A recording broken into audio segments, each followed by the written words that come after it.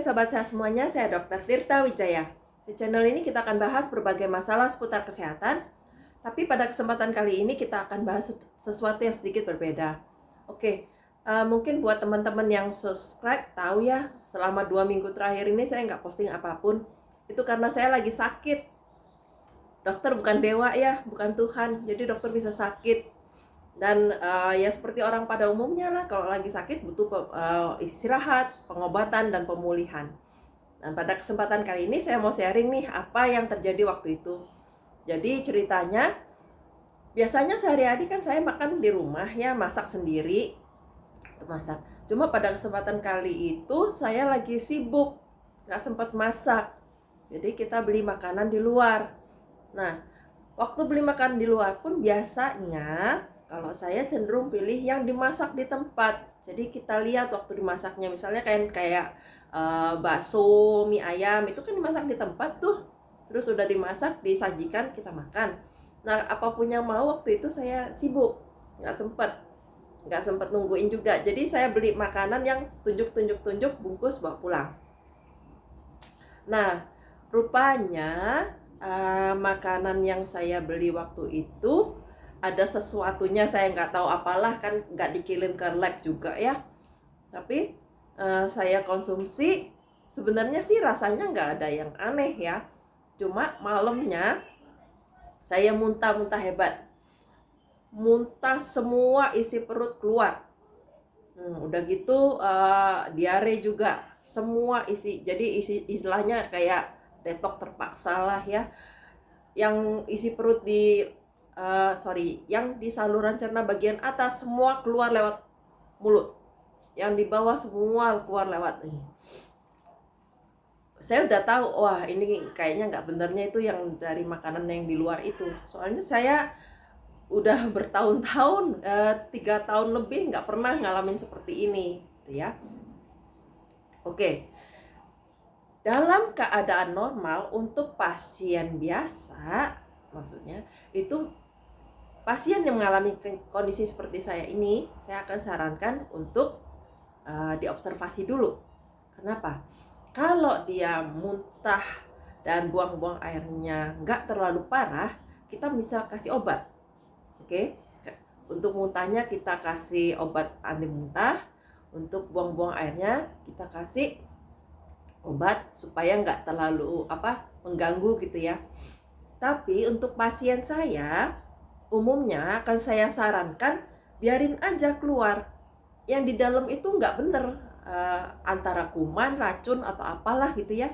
Tubuh kita berusaha melindungi diri dengan cara mengeluarkan yang nggak bener itu. Kalau biasanya pasien saya akan bilangin, nggak apa-apa, keluarin aja, nggak usah kasih obat anti muntah, nggak usah kasih obat anti diare. Tapi penting untuk menjaga supaya jangan sampai dehidrasi. Nah yang saya alamin waktu itu, saya nggak minum obat anti muntah, nggak minum obat anti diare, saya minum air. Waktu itu habis muntah-muntah kan biasa ya, mulut kita terasa asam ya, itu kan karena asam lambung. Jadi kita perlu cuci, bilas, sikat gigi. Kenapa? Kalau nggak dibilas nanti giginya lama-lama rusak. Sifat asam itu kan mengkorosi ya. Itu misalnya kita bisa lihat pada orang-orang yang alkoholik, orang-orang yang suka pakai obat-obatan terlarang, yang sering muntah, itu giginya biasanya jelek.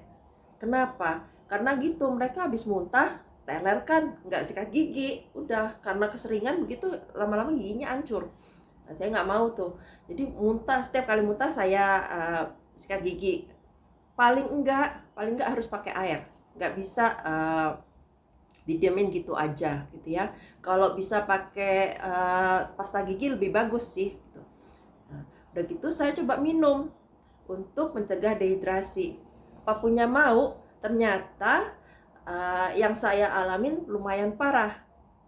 Boro-boro minum 1 gelas, minum 1 teguk aja keluar lagi. Saya minum 1 teguk, keluarnya satu gelas. Jadi defisit itu kan.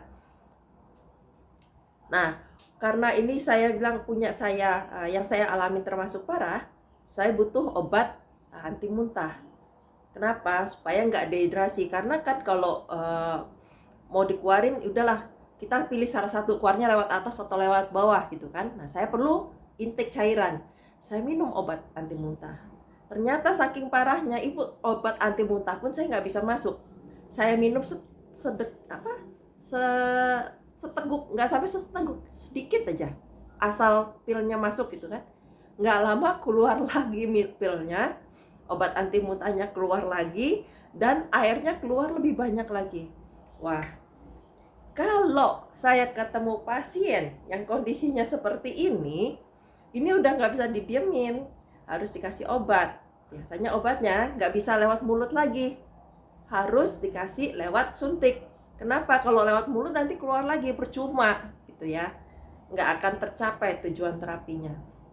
Jadi untuk pasien-pasien seperti ini perlu injeksi, sudah perlu infus. Kenapa? Karena intake lewat mulut sudah nggak mungkin, semua yang masuk keluar lagi. Oke, cuma berhubung saya bandel, saya nggak mau ke rumah sakit. Oke, ini disclaimer ya, do not do this at home, nggak boleh ditiru. Ini saya nggak benar. Saya berani melakukan seperti ini karena saya tahu kondisi saya, dan kebetulan saya ada background medis. Tapi untuk sobat sehat, sebaiknya jangan main-main. Saya pernah ketemu pasien yang meninggal karena dehidrasi. Jadi bukan karena keracunan makanannya ya, tapi karena dehidrasinya. Itu yang lebih parah, itu yang lebih ditakutin. Do not do this at home. Saya cuma sharing apa yang terjadi pada saya minggu lalu. Oke, jadi saya nggak bisa minum sama sekali. Ini sebenarnya udah agak sudah mengkhawatirkan ya. Cuma karena saya bandel, saya nggak mau ke rumah sakit. Yang bisa saya lakukan, saya nyedotin es batu. Selama 2 hari saya nggak makan apapun, nggak minum apapun. Ya cuma es batu itu aja saya sedot. Akibatnya apa? Saya kekeringan. Tenggorokan saya iritasi, kering karena hampir nggak masuk cairan. Oke, sengsara. Dan untuk mencegah kehilangan cairan, saya atur sedemikian rupa ruangan supaya saya nggak berkeringat, supaya saya nggak banyak mengeluarkan cairan gitu ya. Dan ini menurut saya sebenarnya berbahaya, tapi puji Tuhan saya selamat. Setelah 2 hari benar-benar detox, saya turun berat badan 4 kilo dalam 2 hari, yang sebenarnya nggak boleh, terlalu drastis dan berbahaya. Tapi puji Tuhan saya selamat. Setelah 2 hari saya bisa minum lagi, dan sekarang saya bisa sharing. Oke, jadi pelajaran yang saya dapat, 1, jaga kebersihan makanan dan minuman. Oke, dulu saya udah biasa makan di pinggir jalan, makan ini itu, tahu-tahu kena hepatitis A tanpa saya sadarin. Itu saya biasa. Tapi setelah beberapa tahun terakhir ini, saya jalanin hidup sehat dan bersih. Makan saya masak sendiri, dan saya tahu apa yang masuk ke dalam tubuh saya, dan saya pengolahannya higienis. Jadi begitu kena yang kurang bersih sedikit, tubuh saya udah nggak bisa terima karena sudah nggak terbiasa setelah bertahun-tahun. Oke, ini bukan berarti saya menyarankan sobat sehat cuek aja makan jorok-jorokan, bukan ya. Tapi sebaliknya saya sarankan untuk jaga kebersihan, olah makanan secara higienis. Oke, cara pengolahan yang higienis itu tentu tangan, kukunya harus terpotong rapi, cuci sebelum mengolah makanan. Oke, pengolahan makanan yang dimasak dengan yang tidak dimasak harus terpisah. Oke, makanan yang tidak dimasak contohnya buah, sayur ada yang dimasak, ada yang enggak ya. Pisah dari makanan yang harus dimasak. Daging itu harus dimasak. Oke, untuk makanan yang tidak dimasak, itu pengolahannya harus dicuci dengan air mengalir. Kenapa? Itu kan ada kotoran, ada fertilizer, ada segala macam, itu diluruhkan. Jangan kotor-kotor direndam air garam, nanti mengkristal, lebih susah bersihkannya. Jadi harus dilururkan dulu secara mekanis, digosok, diusap, pokoknya secara mekanis kotorannya diluruhkan. Nah setelah itu baru dah terserah mau pengolahan secara kimiawi. Kalau saya sih nggak suka. Kalau makanan yang nggak dimasak, kalau bisa dikupas saya kupas. Saya tahu buah-buahan itu banyak vitaminnya, banyak zat gizinya yang di kulit. Tapi kalau pola pikir saya pribadi, daripada saya dapat vitamin plus fertilizer plus inteks zat pembunuh kuman atau apa, saya nggak mau, mending saya buang kulitnya. Jadi saya cenderung pilih buah-buahan yang bisa dikupas, pisang, jeruk, ya. Kalau kayak anggur kan males kita ngupasin satu kecil-kecilnya, saya jarang sekali makan gitu ya. Kalau makan pun harus nyucinya bikin capek lah gitu ya. Kalau sayur-sayuran juga saya cenderung pilih yang dikupas, timun, wortel, ya kayak gitu-gitulah. Kalau nggak bisa dikupas, kita cuci, benar-benar cuci bersih, ya. Nah, untuk makanan yang harus dimasak, kita pisahkan, talenannya dipisahkan, pisoknya dipisahkan, gitu ya. Itu idealnya memang seperti itu, dipisahkan. Nah, terutama untuk daging itu jangan dicampur. Daging nggak boleh dicuci. Kenapa? Karena waktu kita mencuci, proses itu akan menyebarkan kuman-kuman yang ada di darah dan daging ke seluruh bagian dapur kita. Ingat, kuman itu nggak kelihatan dari mata ya, nggak kelihatan dengan mata telanjang. Jadi jangan dicuci. Kalau mau, setelah dibuang bagian yang kotornya, bagian apanya nggak mau dimakan, langsung dimasak. Proses memasak itu akan membunuh kuman-kuman. Setelah dimasak baru diolah lebih lanjut. Jadi ya bukan dimasak terus dimakan sama kotorannya, enggak. Jadi dimasak itu untuk membunuh kuman-kumannya. Oke? Itu untuk daging seperti itu, nggak boleh dicuci. Kalau dari pasar mau dimasukin ke kulkas, potong, masukin ke plastik, masukin ke freezer. Nanti mau dipakai dari freezer langsung dimasak gitu. Jadi jangan kita beli misalnya potongan besar, masukin semua utuh ke freezer, nanti mau dipakai dikeluarin, dicairkan, misalnya thawing gitu ya, cairkan, dipotong, terus sisanya dimasukin lagi ke freezer. Nggak boleh begitu. Jadi kita harus sudah masuk small portion. Jadi bagian-bagian kecilnya itu yang disimpan di freezer. Jadi yang udah dibekukan nggak boleh dicairkan, dibekukan lagi, gitu ya. Oke, itu untuk daging. Dimasak benar. Semua proses harus dimasak dengan baik. Kenapa? Untuk membunuh kuman. Tapi dokter, kan nanti vitaminnya, gizinya kurang. Iya, benar. Proses memasak itu bisa ada yang menambah nilai nutrisi, ada tapi banyak yang mengurangi nilai nutrisi. Tapi mending mana? Dapat nutrisi plus kuman yang bikin kita muntah, diare, atau nutrisinya berkurang tapi masuk semua ke badan. Kalau saya sih, nalar saya ya, daripada kita dapat nutrisi tapi keluar lagi, which means we get nothing gitu ya, mendingan kita dapat sedikit tapi masuk, ya toh. Oke. Nah, jadi harus dimasak dengan baik dan benar. Oke. Nah, untuk sayuran, buah yang nggak dimasak, dicuci dengan bersih. Kalau boleh dimasak, kalau memang nggak dimasak, at least dengan bersih, gitu ya. Nah, setelah dimasak dengan bersih, kita harus pastikan bahwa alat-alatnya yang kita pakai untuk sajikan makanan itu bersih juga. Jangan makanannya bersih, alat makannya nggak bersih, aja bohong gitu ya. Karena ada virus, bakteri tertentu yang survive. Misalnya saya kasih contoh aja ya, itu bakterinya hepatitis A itu bandel loh, gitu ya. Dia nggak gampang rusak kalau cuma istilahnya dicuci dengan air aja. Dicuci dengan air itu namanya bukan dicuci ya, dibasahin. Ya kan ada tuh orang cuci, kalau anak saya nih ya, cuci tangan, dia buka keran, cek, nggak pakai sabun, dikeringin lagi. Itu namanya bukan cuci tangan, itu namanya membasahi tangan. Banyak kuman yang nggak mati kalau caranya seperti itu. Oke, jadi yang saya maksud dengan alat makan bersih itu yang sudah dicuci dengan air dan sabun, bukan cuma dibasahin terus dilap.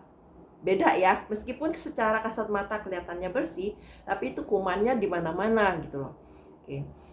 Nah, setelah disajikan, kita lihat ini porsi cukup untuk sekali makan apa enggak. Kan ada tuh orang yang suka makan masaknya sekali masak untuk siang malam gitu misalnya ya. Nggak apa-apa, tapi harus diperhatikan caranya. Kalau memang mau makan seperti itu, begitu selesai dimasak, dipisahkan. Porsi yang akan dimakan sekarang sama yang mau disimpan itu nggak boleh jadi satu. Pisahkan. Yang mau disimpan itu ditutup dengan baik, masukin ke kulkas. Jangan kita misalnya nih anak kosan cuma sendirian masak buat sendiri. Kita masak satu piring, kita makan, oke, selesai, kenyang, tutup, masuk kulkas sisanya buat nanti malam. Nggak boleh gitu caranya, itu namanya ternak kuman gitu ya. Jadi pisahkan dulu, jangan makan makanan sisa aja gitu ya. Nah, kita makan habis, bersihkan. Kalau nggak habis, udah antara diolah lagi atau dibuang, terserah. Kan kita nggak mau juga ya buang-buang makanan gitu ya. Makanya kalau yang paling baik sih ambil sedikit, secukupnya kita. Kalau ternyata masih lapar mau nambah lagi, ambil lagi yang dari kulkas, tapi ambilnya pakai sendok yang bersih. Jangan sendok yang bekas kita masuk mulut, kita pakai buat nyendok yang dari kulkas ya, karena itu nanti terkontaminasi lagi. Oke, itu caranya. Nah, terus kalau makanan yang udah di kulkas kita mau siap makan, ya udah diangetin gitu ya. Itu pun nggak boleh terlalu lama. Itu yang saya pelajarin dari pengalaman saya hari ini. Oke. Sama kalau beli makanan, kalau boleh cari makanan yang masih segar gitu ya, yang diolah langsung, dimasak langsung di depan kita. Memang itu agak lama gitu ya. Kalau dalam case saya kan saya nggak bisa tunggu, salah saya sendiri sih. Planningnya jelek. Oke. Tapi kalau misalnya sobat sehat mau beli makan, baiknya beli yang seperti itu. Atau kalaupun mau beli yang tinggal tunjuk-tunjuk, pastikan bahwa makanan yang sobat sehat tunjuk itu bukan makanan yang udah nongkrong di display berjam-jam gitu ya. Karena kalau udah nongkrong di display berjam-jam, meskipun kelihatannya bersih nggak ada lalat, tapi yang bakteri segala macam itu udah berkembang biak di sono dan nggak kelihatan di mata kita gitu ya. Jadi itulah yang pelajaran yang saya dapat. Sama sekali lagi disclaimer, do not do this at home. Kalau sobat sehat sakit, muntah, diare yang keluarnya banyak, gak bisa minum sama sekali, udah cepet ke rumah sakit. Nyiksa loh di rumah saya 2 hari gak minum, gak makan, dan sampai hilang suara. Mau temen-temen gak usah sampai ngalamin kayak gitulah. Ke rumah sakit itu sebenarnya urusannya sebentar, disuntik, kita udah bisa masuk lewat mulut, udah maintenance-nya di rumah itu bisa gitu loh. Oke, sekian sharing saya hari ini. Semoga bermanfaat. Salam sehat selalu.